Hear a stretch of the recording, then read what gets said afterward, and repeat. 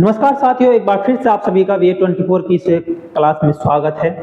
भारतीय संविधान को विस्तार से जो नई संक्षेप में आज पढ़ेंगे और इसमें संविधान से संबंधित प्रत्येक अनुच्छेद, प्रत्येक भाग की चर्चा हम करने जा रहे हैं। सबसे पहले हम देखते हैं भारतीय संविधान में किन किन आकृतियों का जिक्र किया गया है, किन किन का इसमें भगवान रामकृष्ण से लेकर अकबर टीपू सुल्तान तक के चित्र इसमें वर्णित किए गए हैं। प्रत्येक भाग के स्टार्टिंग में एक चित्र अंकित किया गया है। सबसे पहले हम उसे ही देखते हैं। तो ये संविधान का इस तरह का चित्र है। ये हिंदी में भी अलग आपको, ये हिंदी में है और ये यहाँ पर इंग्लिश में दिया गया है। सबसे पहले जो सत्यमेव जयते, इसमें ये चित्र हमारे संविधान की स्टार्टिंग होती है यहाँ से, और सत्यमेव जयते इसमें 4 सिंह वाला फोटो है। इसमें 3 हमें दिखाई देते हैं, एक हमें दिखाई इसमें नहीं देता। और फिर देखते हैं इसके संविधान के हमारे जो 22 भाग हैं, इन 22 भागों में पहले भाग का जो स्टार्ट होता है, पहले भाग में, संविधान के पहले भाग में ये इस तरह का चित्र इसमें मिलता है। ये कैसा चित्र है? सिंधु घाटी सभ्यता के चर्चित प्रतीक जो है जेबरू बैल का चित्र है। जेबरू बैल का ये चित्र है, सिंधु घाटी का एक चर्चित प्रतीक रहा है। और जेबरू बैल को सबसे शक्तिशाली वंश और मोहनजोदड़ो हड़प्पा सभ्यता का प्रतीक भी से माना गया था। दूसरे भाग की बात करते हैं तो दूसरे भाग में दिए गए हैं ये वैदिक काल के गुरुकुल का ये चित्र दिया हुआ है। वैदिक काल के गुरुकुल का चित्र है। संविधान के भाग 2 में से ये संबंधित है, नागरिकता से संबंधित है। ये नागरिकता से इसे संबंधित है। नागरिकता को किस आर्टिकल में रखा गया है? नागरिकता है इसे रखा गया है 5 से 11 अनुच्छेद में नागरिकता को दर्शाया गया है। फिर इसका तीसरा भाग है। जो तीसरा भाग हम देखते हैं जिसका संबंध मौलिक अधिकारों से है। मौलिक अधिकारों से इसका संबंध है। इसका जो चित्र दिया गया है भगवान राम, सीता मैया और लक्ष्मण की अयोध्या वापसी का इसमें चित्र दर्शाया गया है भाग 3 में। और ये भाग 3 जो मौलिक अधिकार से संबंधित है, ये अमेरिका के संविधान से इन्हें लिया गया था। अमेरिका के संविधान से इन्हें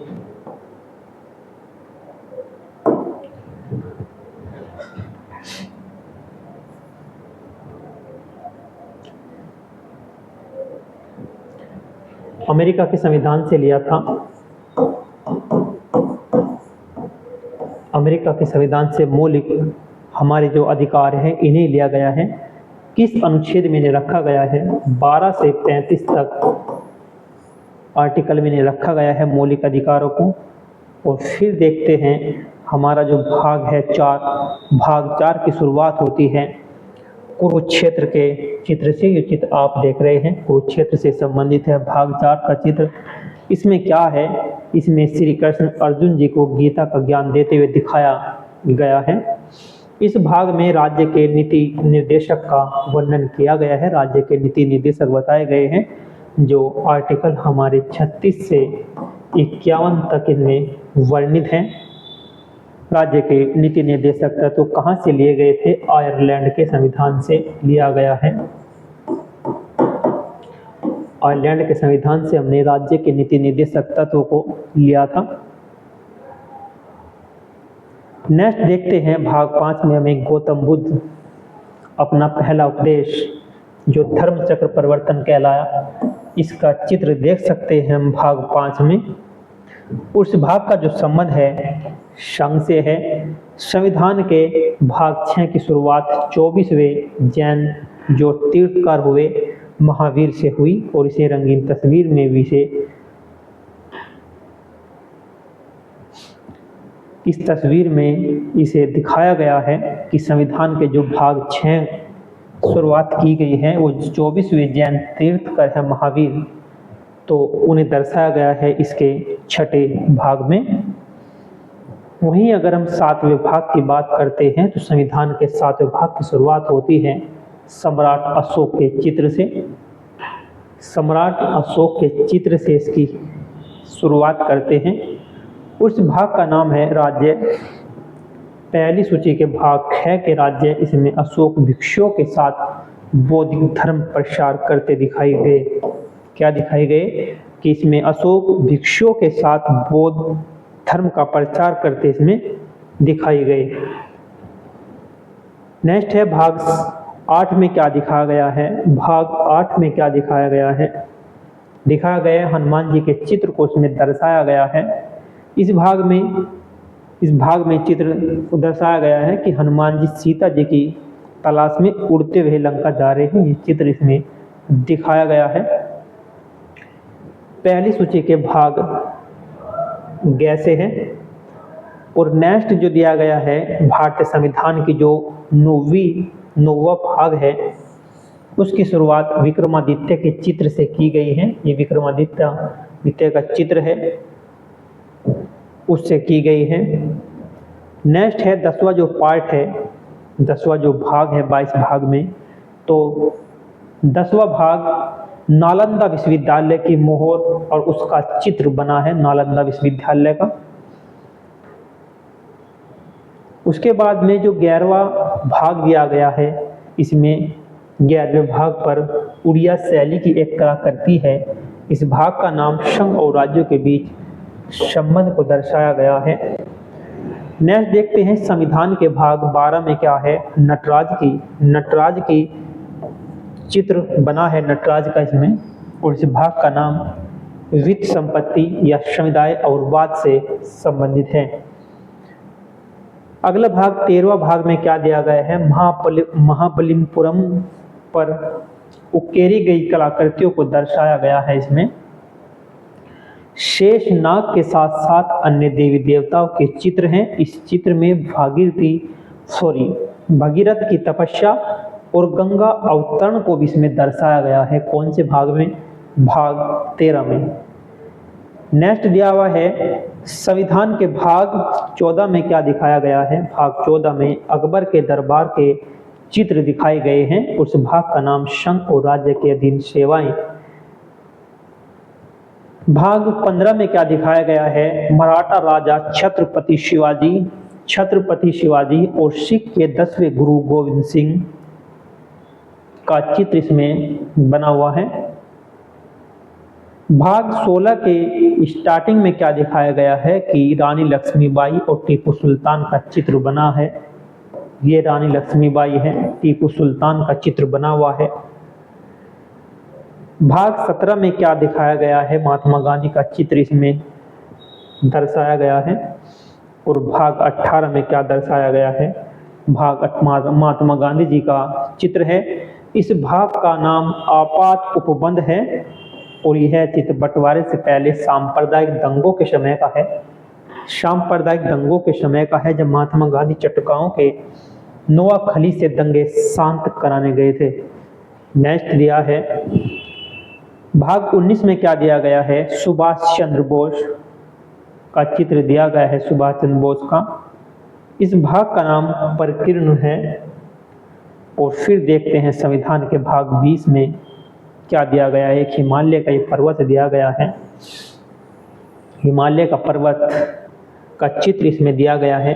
इस भाग में संविधान संशोधन का,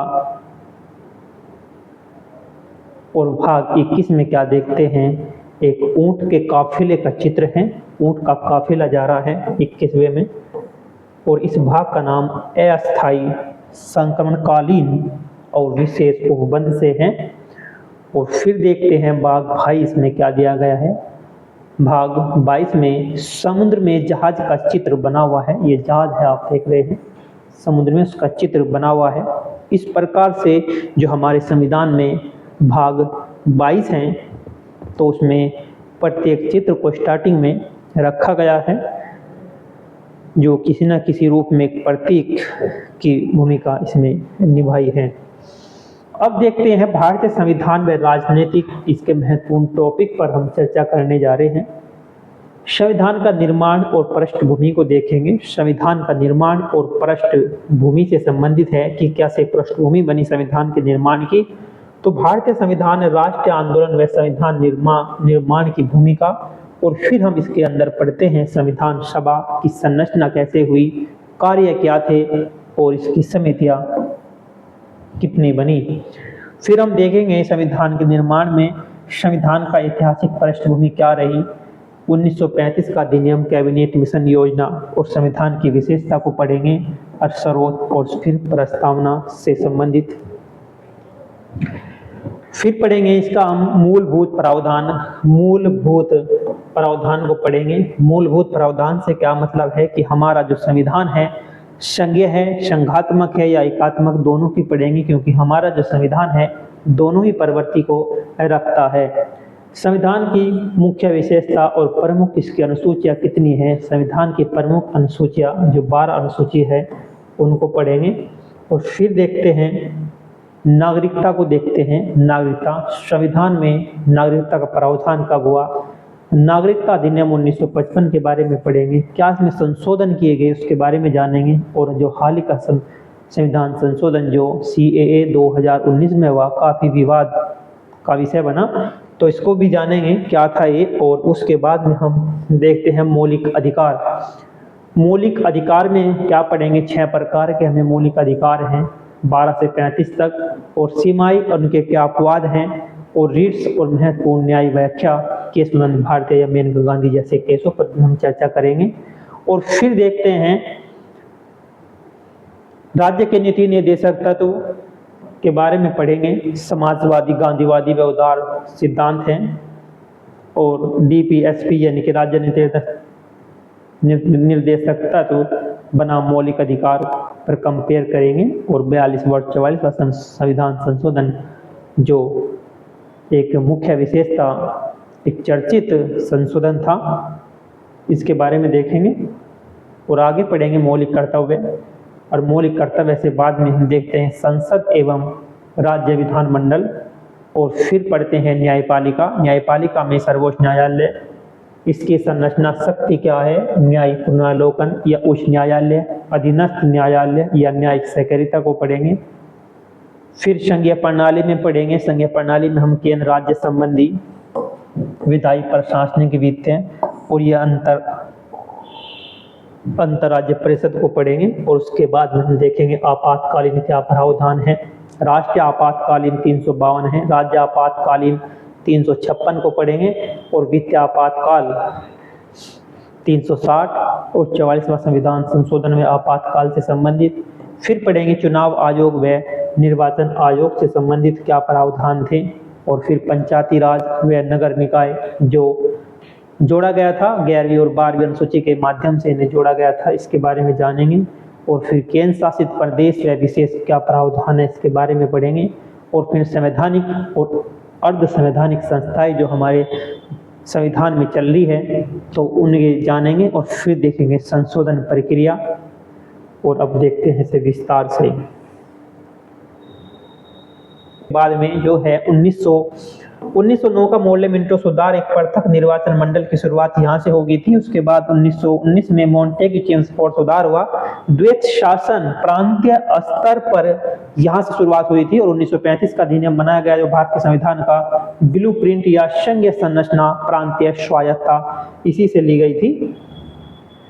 स्वतंत्रता संग्राम ने लोकतंत्र, स्वतंत्रता, समानता और न्याय की अवधारणा को संविधान में आधार बनाया।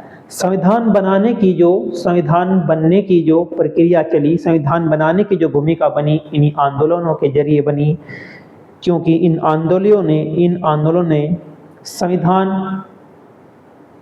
एक हमारे देश के संविधान को एक संवैधानिक तरीके से अच्छे सुव्यवस्थित ढंग से चलाने का निर्णय लिया। आज़ादी की मांग की गई, स्वतंत्रता की मांग की गई और न्याय की मांग की गई, तब जाकर संविधान निर्माण की एक भूमिका बनने की भूमिका तैयार हो सकी। जैसे ही भूमिका तैयार हुई तो इसमें संविधान सभा का बात आती है। संविधान सभा का गठन किया गया, संविधान सभा का इसमें गठन किया गया। और संविधान सभा किसके द्वारा गठित की गई थी, कैबिनेट मिशन योजना के द्वारा की गई थी। ये 1946 में की गई थी। और इसके कुल सदस्य जो थे 389 सदस्य थे। बाद में जैसे विभाजन हुआ, पाकिस्तान एक अलग राष्ट्र बना तो तब संख्या घटकर 299 रह गई थी, 299 रह गई थी।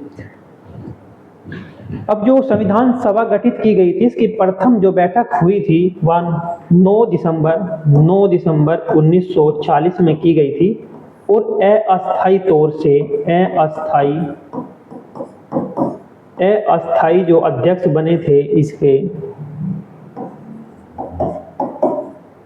अध्यक्ष बने थे सच्चिदानंद सिन्हा।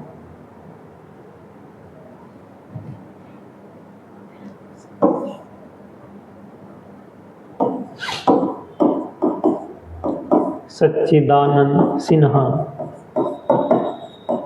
इसके अस्थायी बने। और दूसरी सभा जो 2 दिन बाद की गई 11 दिसंबर 1940 में की गई, अस्थायी तौर से अस्थायी अध्यक्ष कौन बने थे? राजेंद्र प्रसाद अस्थायी अध्यक्ष इसके बने थे। इस संविधान सभा के द्वारा तरह तरह की कमेटी या तरह तरह की जो है समिति बनाई गई। उसी में से एक समिति जो थी प्रारूप समिति, जो संविधान के निर्माण में एक अहम भूमिका निभाई। संविधान का एक मसौदा तैयार करने के लिए प्रारूप समिति का गठन किया गया। इसमें 7 सदस्य थे। उन 7 सदस्यों में डॉक्टर भीमराव अंबेडकर भी थे। इन्हें ही इसका अध्यक्ष चुना गया था। और संविधान सभा ने 2 वर्ष 11 माह 18 दिन में संविधान बना लिया था। और संविधान सभा की जो पहली बैठक हुई थी वह 9 दिसंबर 1940 में हुई थी, अभी हमने इसका जिक्र किया। और दूसरी सभा हुई थी 11 दिसंबर को। और अंतिम जो सभा हुई थी 24 नवंबर 1949 को की गई थी। और संविधान कब लागू हुआ? 26 जनवरी 1950 को संविधान हमारा लागू हुआ था।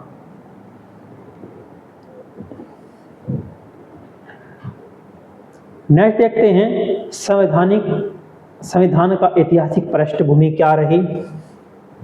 संविधान बनने की जो ऐतिहासिक पृष्ठभूमि क्या रही कि 1773 से लेकर 1947 तक ब्रिटिश संसदों के द्वारा विभिन्न अधिनियमों व संवैधानिक विकास होता रहा।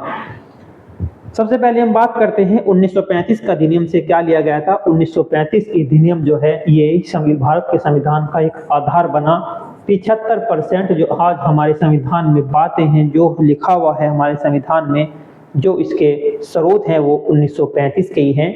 प्रांतीय स्वायत्तता कहाँ से ली गई थी? वह 1935 से ली गई। संघीय न्यायालय कहाँ से लिया गया? 1935 से लिया गया। द्विसदनीय विधानमंडल कहाँ से लिया गया था? ये 1935 से लिया गया था। और कैबिनेट मिशन योजना की बात करें 1940 में, ये संविधान सभा का गठन इसके द्वारा किया गया। और भारत के संविधान बनने की प्रक्रिया यहीं से तय हुई। फिर देखते हैं संविधान की क्या विशेषता है हमारे संविधान की और इसके क्या स्रोत हैं। सबसे पहले इसकी विशेषता को बात करते हैं। क्या विशेषता है भारत संविधान की? तो भारत संविधान की जो विशेषता है वो है दुनिया का सबसे लंबा लिखित संविधान जो है हमारे देश का है। संघीय ढांचा है, एकात्मक झुकाव है, यानी कि संघात्मक है और एकात्मक दोनों ही झुकाव हमारे संविधान में देखने को मिला। संसदीय शासन प्रणाली है और स्वतंत्र न्यायपालिका हमारे संविधान की विशेषता है। मौलिक अधिकार और मौलिक कर्तव्य हमारे संविधान में हैं। नीति निर्देशक तत्व हमारे संविधान में है, ये इसकी विशेषता है। अब इसके स्रोत देखते हैं, क्योंकि हमारे संविधान में स्रोत अलग अलग देशों से अलग अलग प्रावधान लिए गए हैं।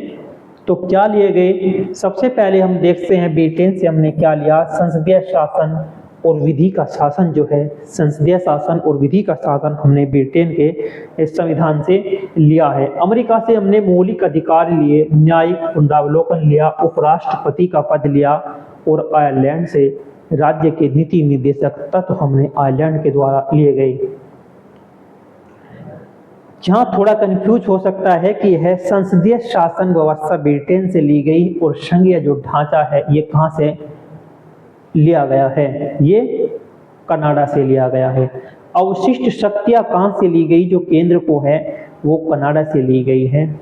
और ऑस्ट्रेलिया से हमने क्या लिया, समवर्ती सूची ली, जो काफ़ी बार परीक्षा में पूछी गई है। पूछा जाता है कि समवर्ती सूची कहाँ से ली गई, तो समवर्ती सूची हमने ऑस्ट्रेलिया से ली है। क्या समवर्ती सूची? समवर्ती सूची वो सूची है जिस पर कानून बनाने का अधिकार केंद्र सरकार और राज्य सरकार दोनों को ही है, लेकिन जो मान्य रूप से है वो केंद्र सरकार को है। व्यापार व वाणिज्य की स्वतंत्रता ऑस्ट्रेलिया से ली गई। सोवियत संघ से क्या हमने लिया? मौलिक कर्तव्य लिया और समाजवाद लिया। क्या मौलिक कर्तव्य मूल संविधान में थे? तो मौलिक कर्तव्य मूल संविधान में नहीं थे। इन्हें कब जोड़ा गया? इन्हें कब जोड़ा गया? मौलिक कर्तव्यों को कब जोड़ा गया? मौलिक कर्तव्यों को जब जोड़ा गया, एक 42वां संविधान संशोधन हुआ। कब हुआ? 1976 ईस्वी में हुआ और इसमें मौलिक कर्तव्य जोड़े गए। स्टार्टिंग की बात करें तो ये मूल 10 मौलिक कर्तव्य थे।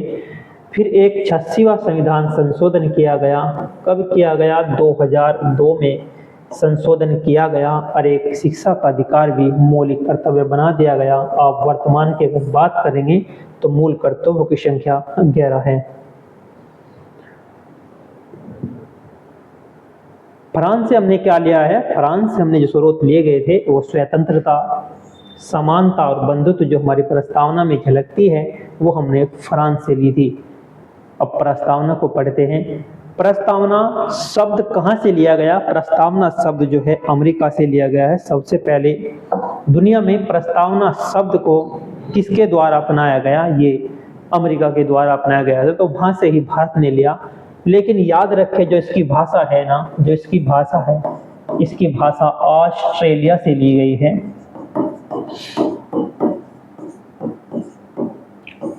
ऑस्ट्रेलिया से इसकी भाषा ली गई है। इसकी प्रस्तावना की,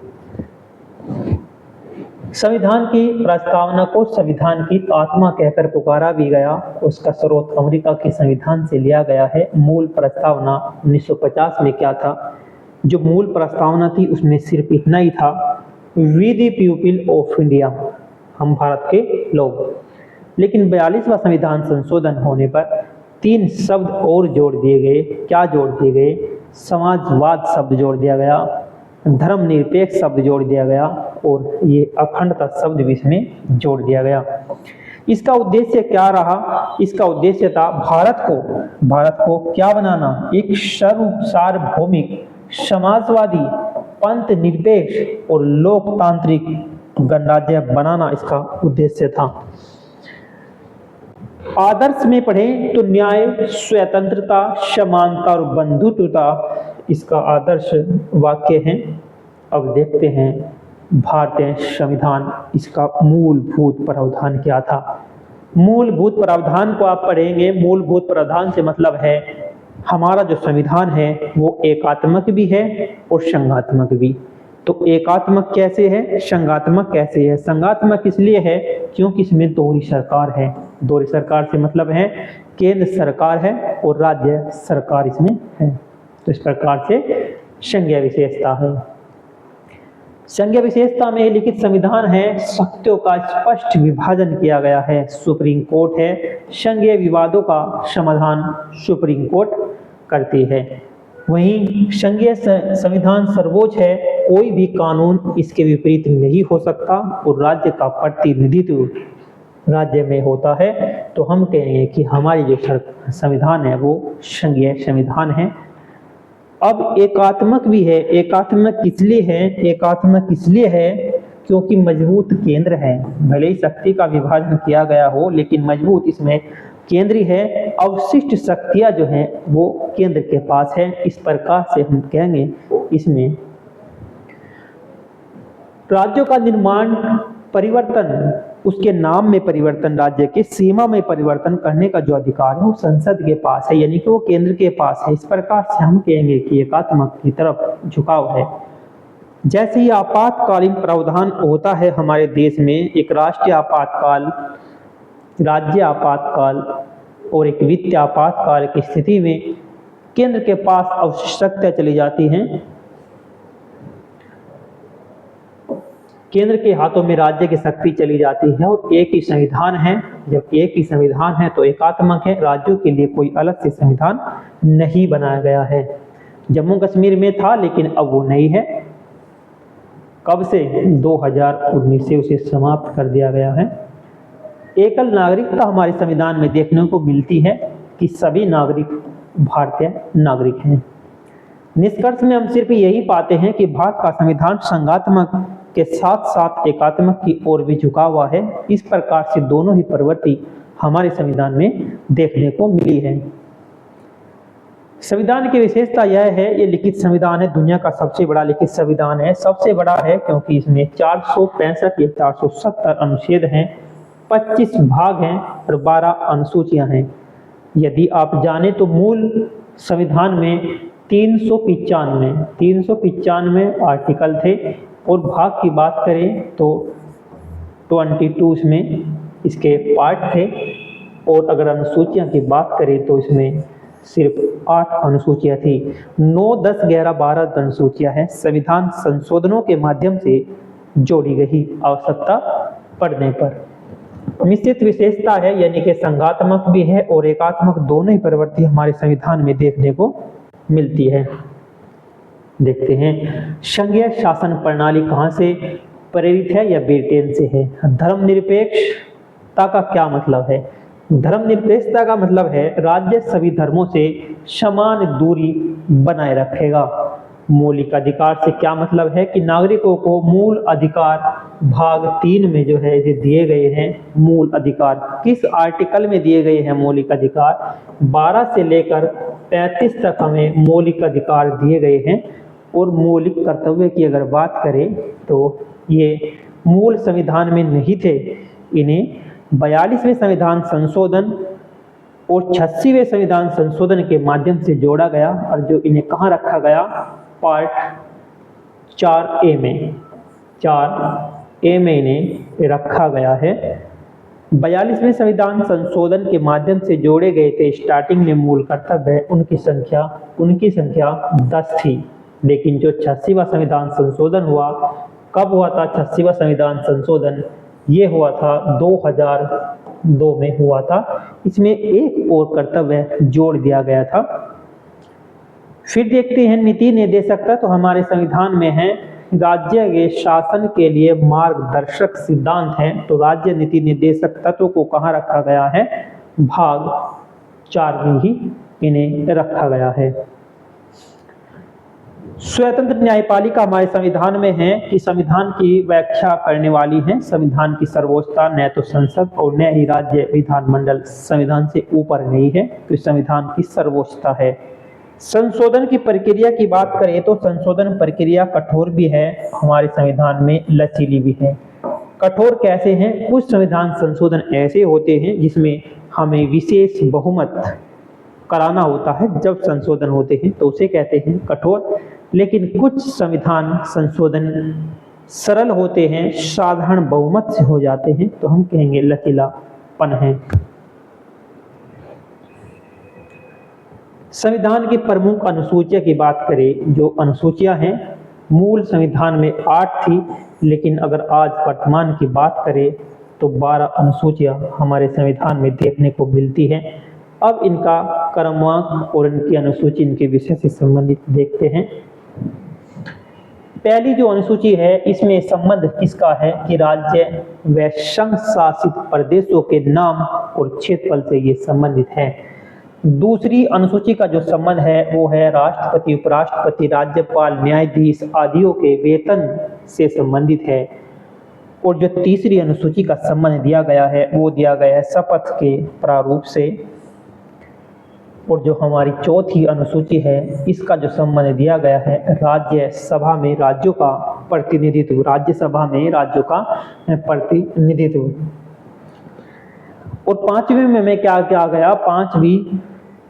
पांचवी में हमें बोला गया है कि अनुसूचित क्षेत्रों व जनजाति क्षेत्रों का प्रशासन। अनुसूचित क्षेत्रों व जनजाति क्षेत्रों का प्रशासन कौन सी सूची से संबंधित है? 5वीं अनुसूची से। वहीं अगर 6ठी अनुसूची की बात करें तो असम, मेघालय, त्रिपुरा, मिजोरम। असम, मेघालय, त्रिपुरा, मिजोरम के जनजातीय क्षेत्रों का प्रशासन से संबंधित है। और वहीं अगर हम बात करें 7वीं अनुसूची की, तो 7वीं अनुसूची की जब बात करें तो ये हैं संघ, राज्य और समर्थ की सूची।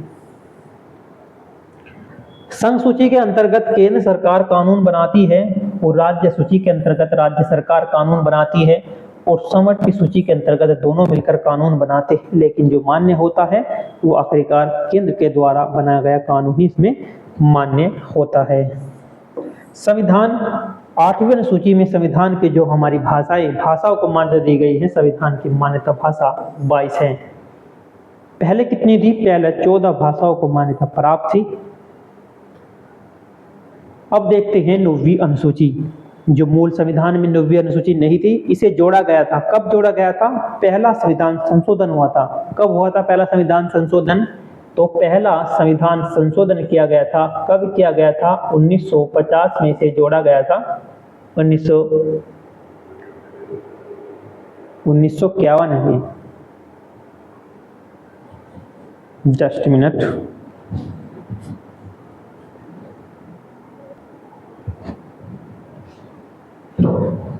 तो ये 1951 नहीं, ये 1952 दिया गया है।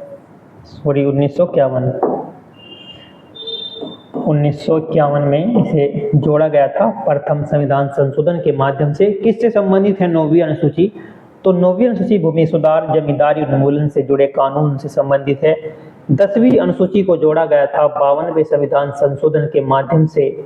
कब जोड़ा गया था? 1985 में इसे जोड़ा गया था। दल बदल विरोधी प्रावधान इसमें संबंधित है।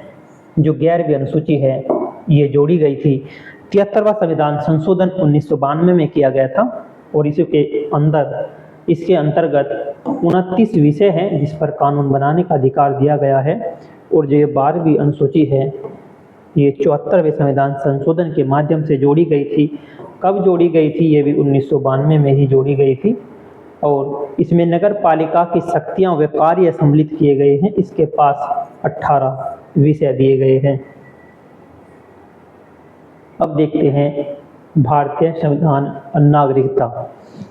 भारतीय संविधान नागरिकता से क्या मतलब है कि संविधान में नागरिकता का प्रावधान किया गया है। कहाँ किया गया है? आर्टिकल 5 से लेकर 11 तक नागरिकता का इसमें प्रावधान किया गया है। 26 जनवरी 1950 को संविधान लागू होते समय नागरिकता निर्धारित करने हेतु इनका विवरण किया गया।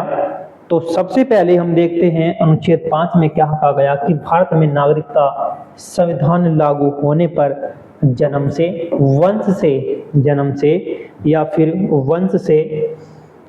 या फिर निवास से नागरिकता मिलेगी। अनुच्छेद 6 में क्या कहा गया? पाकिस्तान से आए प्रवासियों की नागरिकता, पाकिस्तान से आए प्रवासियों की नागरिकता। और साथ में क्या कहा गया है कि पाकिस्तान चले गए लोगों की नागरिकता। और 8 में क्या कहा गया है?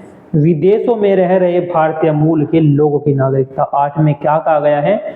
विदेशों में रह रहे भारतीय मूल के लोगों की नागरिकता। और 9 में क्या कहा गया है? यदि किसी ने विदेशी नागरिकता ले ली तो भारत की नागरिकता समाप्त। ये किसमें कहा गया? आर्टिकल 9 में। 8 में क्या कहा गया कि विदेशों में रह रहे भारतीय मूल के नागरिकों की नागरिकता। 10 में क्या कहा गया है कि नागरिकता के अधिकार संविधान व संसद के अधिनियमों के अधीन है। नागरिकता के जो अधिकार है संविधान व संसद के अधिनियमों के अधीन है। और 11 में जो कहा गया वो कहा गया संसद को नागरिकता से जुड़े विषयों पर कानून बनाने का अधिकार है। और इसी का इन्होंने लाभ उठाया, और फिर लाभ उठाकर क्या किया? इन्होंने एक अधिनियम पारित कर दिया था, नागरिकता अधिनियम 1955।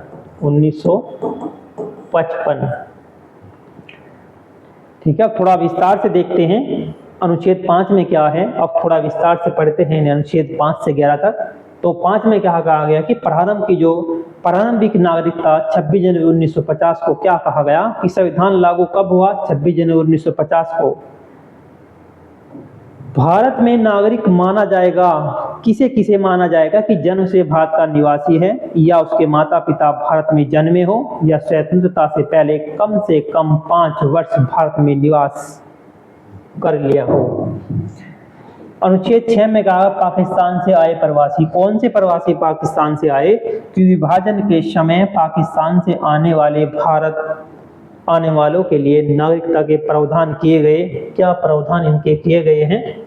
कि जो लोग 19 जुलाई 1948 से पहले, बस ये डाटा क्लियर करना है, जो लोग 19 जुलाई 1948 से पहले भारत आए और अस्थायी रूप से रहने लगे तो स्वयं ही भारतीय नागरिक होंगे। लेकिन जो लोग 19 जुलाई 1948 के बाद आए उन्हें रजिस्ट्रेशन कराना पड़ेगा। अब अनुच्छेद 7 क्या कहता है? कि पाकिस्तान जाने वाले लेकिन लौट कर आने वाले, जो लोग विभाजन के बाद पाकिस्तान चले गए लेकिन बाद में भारत लौट आए तो उन्हें नागरिक तभी मिलेगी जब भारत सरकार पुनर्वास की अनुमति देगी। जब भारत सरकार उन्हें पुनर्वास की अनुमति देगी तो उन्हें नागरिकता मिलेगी। नेक्स्ट देखते हैं 8 में क्या कहा गया है? विदेशों में रहने वाले भारतीय मूल के ऐसे व्यक्ति जो किसी अन्य देश में रहते थे और भारतीय वाणिज्य दूतावास में पंजीकरण कराकर नागरिकता मिल सकती है। अब 9 में कहा गया दोहरी नागरिकता निषेध। अनुच्छेद 9 में कहा गया है कि दोहरी नागरिकता का निषेध किया गया है कि यदि कोई व्यक्ति अपनी स्वेच्छा से किसी दूसरे देश की नागरिकता ग्रहण कर लेता है तो भारत की नागरिकता समाप्त हो जाएगी। नेक्स्ट देखते हैं संविधान लागू होने के बाद जिनको नागरिकता मिली है वे तब तक नागरिक बने रहेंगे तब तक संसद कोई नया कानून नहीं लाया। तो 11 में कहा गया संसद की शक्ति को दर्शाया गया है। अनुच्छेद 11 में संसद को अधिकार दे दिया गया। क्या अधिकार दे दिया गया? कि वे नागरिकता से संबंधित कानून बना सकते हैं और उसी के आधार पर उन्होंने एक एक्ट बना दिया, अधिनियम। इसी आधार पर संसद ने नागरिकता अधिनियम बना दिया, 1955 का अधिनियम। नेक्स्ट देखते हैं अब इसमें क्या क्या प्रावधान किए गए। अब जैसे ही नागरिकता अधिनियम 1955, इसके मुख्य बिंदु क्या रहे इन्हें देखते हैं। इसमें 5 प्रकार के तरीके लिखे गए नागरिकता पाने के, जैसे जन्म से, वंश के आधार पर, पंजीकरण के आधार पर, प्राकृतिकरण के आधार पर और क्षेत्रों के विलय से। इस अधिनियम में अब तक कोई संशोधन जो हुए हैं, अब तक इसमें कई संशोधन किए गए। जो अधिनियम बना था 1955, इसमें जो संशोधन किए गए, फिर इन्होंने 1986 में संशोधन किया, फिर इन्होंने 1992 में संशोधन किया, फिर 2003 में किया और फिर 2005 में संशोधन किया और फिर जो अपडेट है अभी का, अब तक नहीं हुआ, यानी कि अब से पहले जो हुआ 2019 का इसमें संशोधन हुआ। अब नागरिकता संशोधन जो हुआ 1986, इसमें क्या प्रावधान कर दिए गए इसके बारे में समझते हैं। इससे पहले किसी भी व्यक्ति को जन्म भारत में होने पर स्वतः ही नागरिकता मिल जाती थी या वो नागरिक बन जाता था इस अधिनियम से पहले, 1940 के पहले। लेकिन जैसे ही संशोधन किया गया 1940-80 का संशोधन किया गया तो उसके बाद शर्तें थोड़ी कठोर कर दी गई। केवल जन्म लेना पर्याप्त नहीं रहा, तो क्या रहा? जन्म 26 जनवरी 1950 से 1 जुलाई 1987 के बीच होना चाहिए। उसमें क्या कहा गया, इन्होंने प्रावधान लगाया गया कि जन्म 26 जनवरी 1950 से 1 जुलाई 1987 के बीच होना चाहिए तो नागरिकता स्वतः मिल जाएगी। लेकिन 1 जुलाई 1987 के बाद जन्म लेने वालों के लिए कम से कम एक माता पिता भारतीय नागरिक होना आवश्यक किया गया। और फिर दूसरा जो संशोधन किया गया 1992 में, संशोधन फिर का किया उन्होंने, तो इसमें क्या कहा गया, इसमें 1986 की तुलना में जो 1992 में संविधान नागरिकता अधिनियम में जो संशोधन किया गया 1992 से 1986 की तुलना में 1992 में थोड़ा सा उदार प्रावधान जोड़ा गया। नरमी बरती गई। क्या नरमी बरती गई? कि इसमें कहा गया कि यदि बच्चा 10 दिसंबर 1992 के बाद पैदा हुआ, यदि कोई बच्चा 10 दिसंबर 1992 के बाद पैदा हुआ तो उसे पिता या माता, पहले माता पिता थे लेकिन अब पिता माता दोनों में से कोई एक भारतीय नागरिक हो तो बच्चा भारतीय नागरिक होगा। पहले केवल पिता को नागरिक होना जरूरी था, लेकिन अब माता को भी समान दर्जा दे दिया गया 1992 के अधिनियम संविधान संशोधन से। फिर देखते हैं नागरिकता संशोधन 2003 हुआ। याद रखो पहले कब हुआ, नागरिकता संशोधन कब हुआ? 1986 में हुआ, फिर 92 में हुआ और फिर 2003 में हुआ। 2003 में क्या नियम बनाया गया? ये संशोधन थोड़ा सा महत्वपूर्ण था, जिसमें से नागरिकता काफी हद तक इन्होंने सख्त कर दी थी। क्या मुख्य प्रावधान लाए कि 1 दिसंबर 2004